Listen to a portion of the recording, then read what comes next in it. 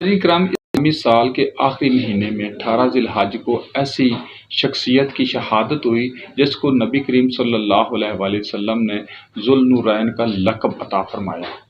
اس شخص کو شہید کیا گیا جسے آسمان کے فرشتے بھی حیا فرماتے تھے۔ 18 ذی الحج کو اس شخصیت کی شہادت ہوئی جس نے اپنی گرہ سے مسجد نبوی شریف کو جگہ خرید کر دی۔ 18 ذی الحجہ کو اس شخصیت کو شہید کیا گیا جس نے اپنی ذاتی گرہ سے بحر روما خرید کر مدینے کے لوگوں کے لیے وقف کیا۔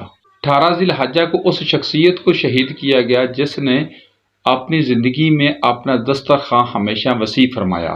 18 ذی الحجہ کو اس شخصیت کو شہید کیا گیا جس کے متعلق آقا کریم صلی اللہ علیہ وآلہ وسلم ارشاد فرماتے تھے، اگر میری 100 بیٹیاں بھی ہوتی تو میں یکے بعد دیگرے اس کے عقد میں عطا کر دیتا۔ 18 ذی الحجہ کو اس شخصیت کو شہید کیا گیا جس نے اپنی زندگی میں 20ویں مرتبہ نبی کریم صلی اللہ علیہ وسلم سے جنت خریدی۔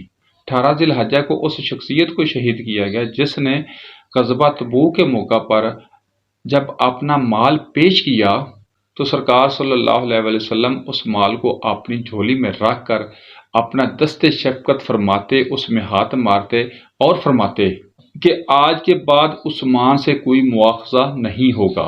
18 ذی الحجہ کو اس شخصیت کو شہید کیا گیا جو داماد رسول ہیں۔